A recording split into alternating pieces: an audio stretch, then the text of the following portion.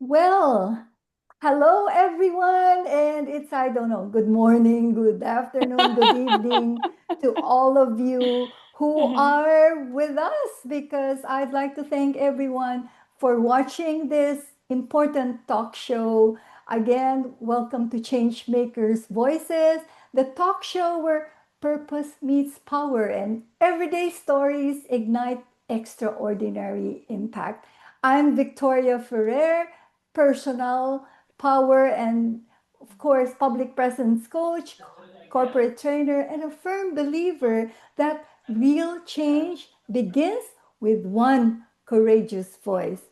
And I offer courses that help professionals speak with clarity, lead with confidence, and show up with authentic impact. I've worked with professionals, women and youth across Asia, the Middle East, and now in the US. And if there's one thing I've learned, it is this: behind every change maker is a story that dared to be told. And this show is about those stories. It's about amplifying voices that spark transformation in families, communities, and beyond. So, whether you're tuning in for inspiration, insight, or your own next step forward, welcome. And you are in the right place. So let's begin. I'm joined by my co host, none other than my sister. I call her my sister, Maima Jones. Maima, would you like to introduce yourself? Yes, hi. Hi again, Cheryl. Hi, my sister Vicky. Hi, those of you who are watching us. We are here. And what Vicky said just now, trying to lift up the voices of change makers, because one change could have a triggering effect on so many lives. So we are here doing that uplifting, and we are grateful that you can choose this time to be with us. And I am a coach. I do also teaching and workshop presentations. I help my clients to achieve income and impact in their businesses with their irresistible offers.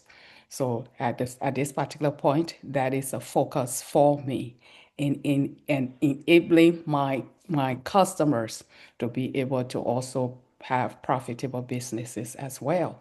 But as aside, we also realize that being in a world environment, we are here to continue making changes and not to only say it, but to exemplify making changes, to model making changes, because each minute that is given us is so precious. So thank you for being here, and we are grateful that you are here with us. Okay? Thank you. Thank you so much, Maima. And well, thank you, Cheryl, for accepting our invitation. Well, Cheryl, for me, is somebody who embodies a person with a big mission. She is the founder of Empowering to Thrive and is a leading voice in women's empowerment and post traumatic growth. She helps women who have done the work of therapy and recovery but still feel stuck, guiding them to move beyond survival into a life of authenticity, purpose, and power. And with decades of experience in trauma recovery and a unique framework blending psychology, neuroscience, and feminine wisdom, Cheryl has supported countless women in reclaiming their voices, rewriting their stories, and, of course, thriving with confidence. Cheryl's mission is simple yet radical: to help women reclaim their power, rise into their truth, and design lives that feel deeply aligned, fulfilled, and free. So, with that, Maima, would you like to ask Cheryl a few questions? Yes, yes, definitely. So Cheryl, before I ask the first three questions, today. We want to say again, thank you for being here. Thank you for the impact that you are continuing to make on that one life who may even impact maybe another life, and that another life will impact so many other persons. So thank you, Cheryl. Okay. Now, the first question here says, Cheryl, you have worked with women moving beyond survival into thriving. Okay. What first inspired you to focus on this kind of transformational work? To be honest with you, it was a process of healing myself. To be a bit vulnerable with you, I endured an abusive childhood, and without realizing it, I shoved the physical and emotional pain down with food and alcohol. It got so bad, I thought I was always going to feel ashamed, defective, angry, sad, and depressed. I wondered if it was really possible to become happy. Eventually, I was faced with a choice: get support to stop drinking and maybe become happier, or give up and die. I chose to get support for my alcoholism, but I realized that I needed more than AA to stop my pain. So I found ways to take self improvement courses, coaching, and eventually therapy, working several jobs in order to afford it. What a lot of people don't realize is that childhood abuse statistically will cause health and/or mental health problems by mid adulthood. Statistically, I and my siblings had a 3% chance of living to age 65. My brother was dead at 53 years of age. I'm now 66. And my journey has included 20 surgeries since age 7, 9 years on daily pain medication, and I've been um, off of pain medication free for over a year now. I also was extremely obese, um, carrying 190 pounds more than I am now. I'm 41 years sober, and in working to do the next right step, I found that I wanted to help others. I became a coach, a clinical hypnotist. I'm a licensed professional counselor supervisor, a brain spotting consultant. I'm EMDR certified and IFS trained, that's internal family systems. And I'm also a prenatal and perinatal educator. I started all of these at first to help myself as well as others. And that's why I'm so passionate about helping professional women who have made the decision to strive for a better life, yet they're still in pain emotionally or physically from childhood trauma. This is sacred work to be able to reduce their pain and to have them become truly empowered to thrive. Thank you. That is wonderful. Thanks, Cheryl, for the inspiration that you are. You're Thank you. welcome. Thanks so much. We will go to the second question. So it says here, many women do the therapy and self-help, but still feel stuck. From your perspective, what's the biggest barrier holding women back from truly thriving?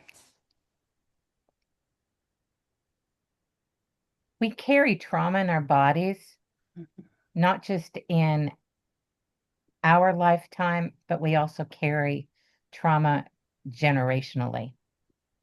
And those feelings, they feel like facts, but they're not.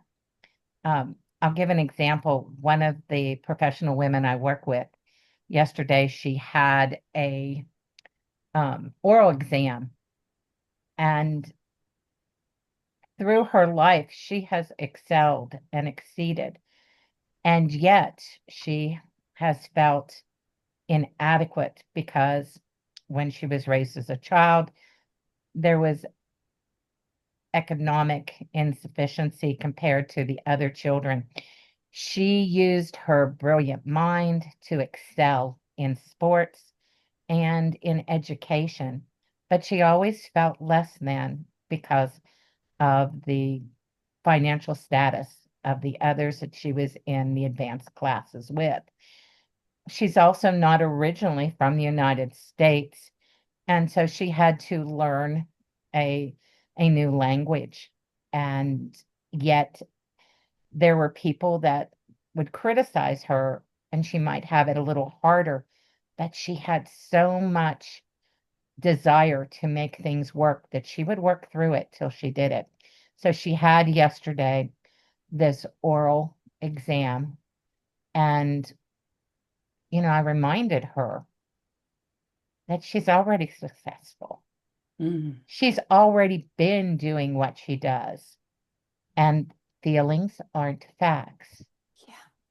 We did some work mm, around releasing some of this, and then some memories came up, taking her back to her childhood, which I just mentioned about that feeling that she wasn't of the same caliber because of the economic status of her family versus the others. And I reminded her that she was going to shine. I got the text afterwards. Thank you so much for the support. I got certified. Oh, I expected that. amen. I Amen. absolutely expected that. Mm, And I asked her if it would be all right to share this today, and she said yes. mm, that is wonderful. That is great. Thank you for that great story, Cheryl. Now, before I go to the third question, okay, going back to the first question, the first question as to what made you to start such work, and you shared with us a part of your story, a part of your journey. What motivated you to choose to have this particular journey that you are on, to be so passionate about, and seeing such journey, such choice, such place that you are impacting a life like the one that you just even shared with us, even reminding her that she was going to shine, and that was evidence in her coming back to you, or telling you that, and showing that there was some difference. But so what pushed you in the beginning to even make such choice? I think it was resilience Mm, and desperation. I mm, needed to yeah. find something else that worked. And as I did so, I was around other women that were also searching to do better in their lives. mm, And one of the things that I think is really empowering for women today is to recognize the old ways of a patriarchal society where we push somebody else down doesn't work. mm, Feminine wisdom is that we support each other. We lift each other up. Together we rise. Together we shine. And mm, individually we grow. It's mm, that support of community. And I've been blessed that I've had that. And it's not just one community. It's, we all have tribes, the people that resonate with us, the people that help us. Um, I have some challenges. I have mobility issues, and yet I'm resilient. mm, Why? Because I keep asking for help, and mm, often that's guidance from my spiritual beliefs, but I also keep doing and giving. And when we give, the universe gives back. It's mm, not necessarily the same person. And as we start to recognize our values and we live by our values, that makes a big difference in what we think about ourselves. When I was younger, I hated myself, Mm, and the values that were imposed on me were not my values.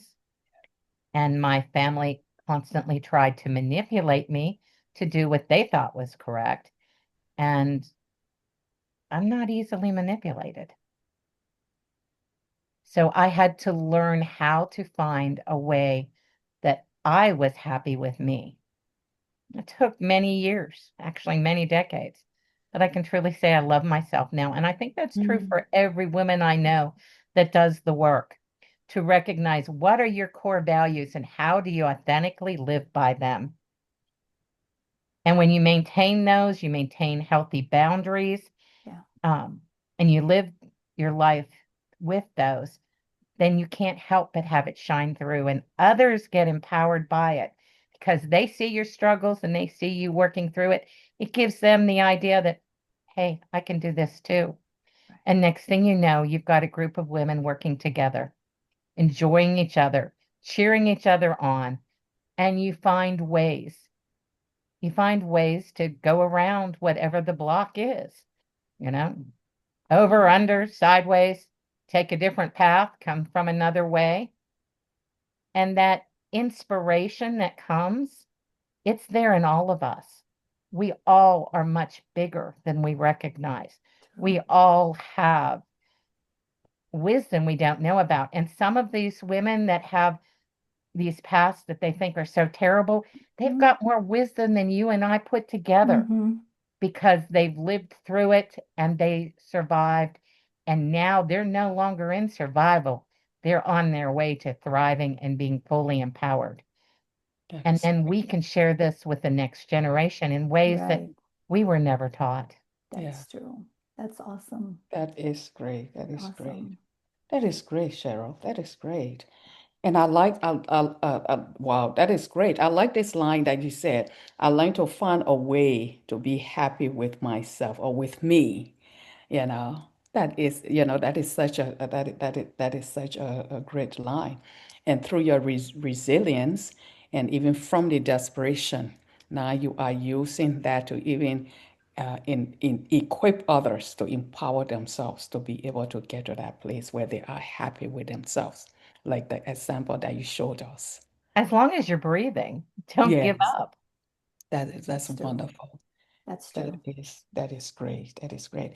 Now, the third question that I have for you, and then Vicky will ask you the remaining of the questions for this episode. So it says here you have developed a unique framework blending psychology, neuroscience, and feminine wisdom. Could you share how this works and how it changes lives?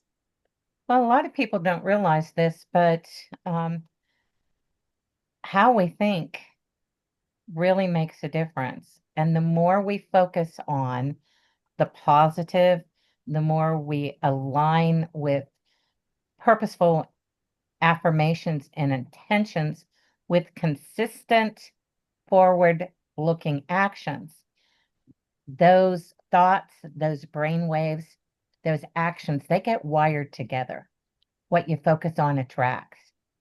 So I can remember years ago being absolutely miserable, and it was a simple solution. What gave me life for what felt like death? And whatever made me feel more alive, more connected, that's what I moved towards. Mm, And we know in psychology that humans are made to move to what's pleasurable and away from what's Mm. not. So I started to use that as my thinking early on. And instead of immediately saying, oh, I'm going to have a bad day because something didn't work right, I started to, say, well, that's just at the moment. I can change my thinking. mm, And then I started to do that. mm, And the more I did and the opportunities that came up, the more I learned, and people came into my life. If you are open, if you're curious, if you can see who's around you and really be attracted to what you would like, you open up doors that you don't know about. Grace will open them for you. But if you're in your pity party and all you're thinking about is what you didn't have and what you don't have, you don't even see those opportunities mm, because they don't align with you. mm, That's true. And so, it was a journey. And there are times when I think about my family and I say, thank you for all of this because I stepped out of that family pattern Yeah. into something different. mm, And mm, the only way other people learn is for people to be able to show it. As human beings, we literally mimic. That's how we start as babies. We mimic. We think that everybody or most people have the same brain development. They don't. Everybody's individual. There's more neurodiversity than is even recognized. We didn't have the technology until the last couple decades to really True. understand how much difference there is. Why? Because we learn to mimic. Child watches what Mm. happens, and those first 3 to 5 years, they are such a sponge and they pick it all up. Mhm. Wow. That's And very yes, powerful, yes, Cheryl. yes, Yeah. that is wonderful. And Cheryl, what you said, uh, being gravitated to what gives you life, because there are choices there. In there you have choices, but being gravitated by what gives you life, and so you don't only see that it gives you life, but you take the intentional effort, you make the intentional effort to go towards that which gives you life. That is wonderful. That is awesome. Thanks for sharing that. You're So welcome. I will give this time over to Vicky to Yeah, continue the thank you. questioning. Thank you, Maima and Cheryl. I actually became emotional when Cheryl was talking about how she overcame whatever situation she was. And, a lot of us, we complain Mhm. about certain things. Oh, the weather's hot. Oh, this is, and sometimes we don't realize there are people like Cheryl Mhm. who turns the pain Mhm. into something that would make her succeed and inspire and motivate Mhm. people all over the world. And Mhm. and I said, thank God, because I don't know, Cheryl, something led me to really ask you this. And so I'm thankful that we are doing this interview, because we are really learning a lot from you. And I'm sure our viewers will learn so much from this interview. That is great. That's wonderful. Yeah. Yeah. So, Cheryl, you've guided women through profound life transitions. Can you share a story of transformation that has stayed with you? I can. I had a woman that came years ago. She felt she was defective, that she was broken. She was a scapegoat in her family, very toxic family. And I understood that. Mhm. And I started to teach her healthy boundaries, how to set them, how to maintain them, and to have a voice. A year ago, I got a call. She needed to do some processing. Her little boy, the second child that they had, was getting spanked in daycare and he shouldn't have been. And it Mhm. was causing other problems. And when she found out about it, she reported it and they blamed it on her. Oh, She said to me, though, she said, "You've created a mama bear."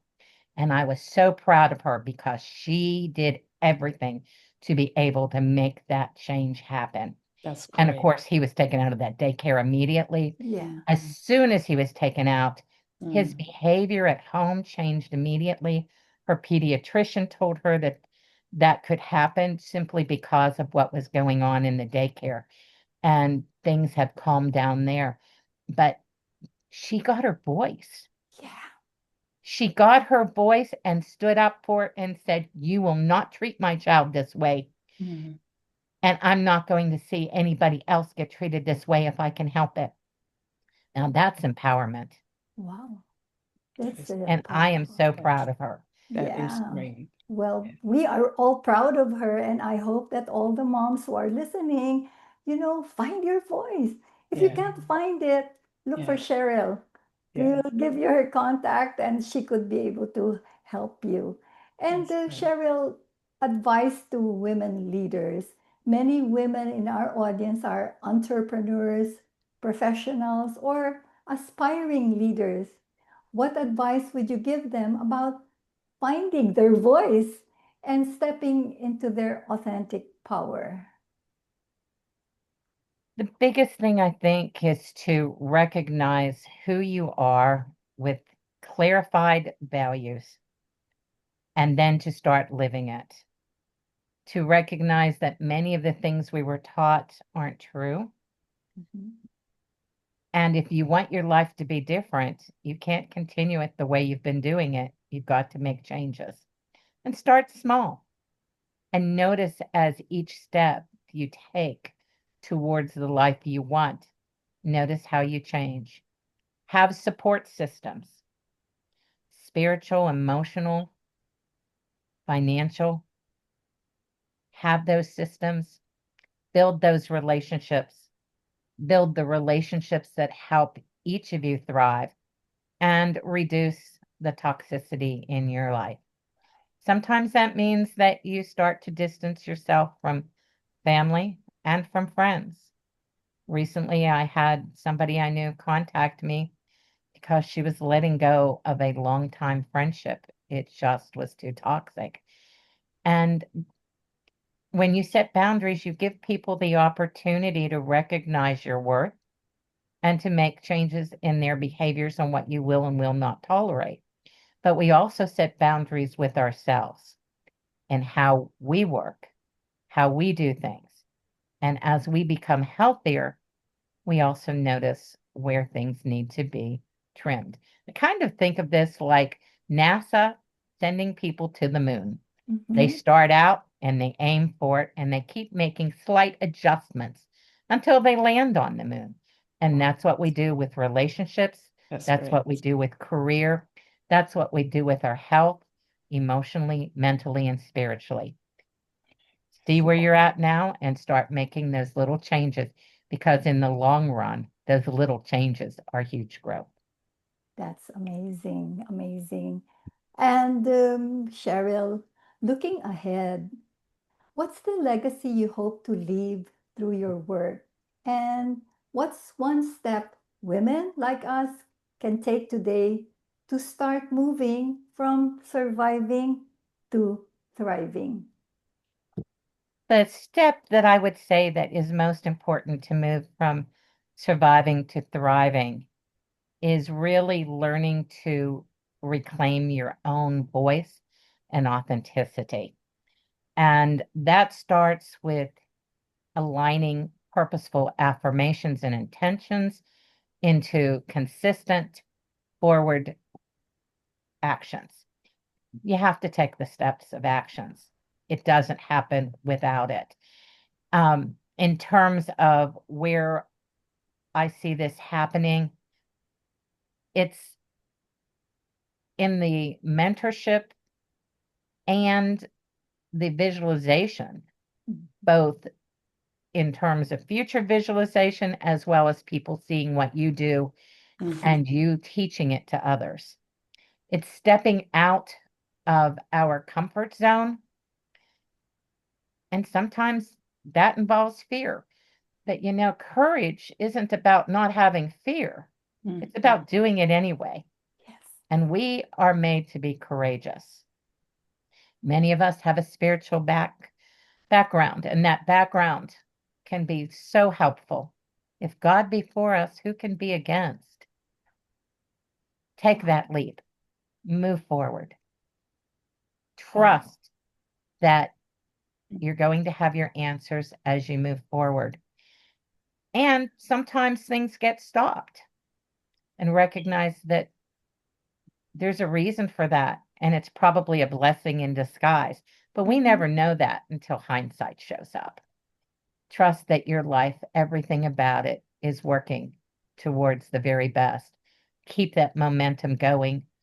Keep believing it. Bring your thoughts, your actions in words, deeds, and song. Dance. Let your body flow.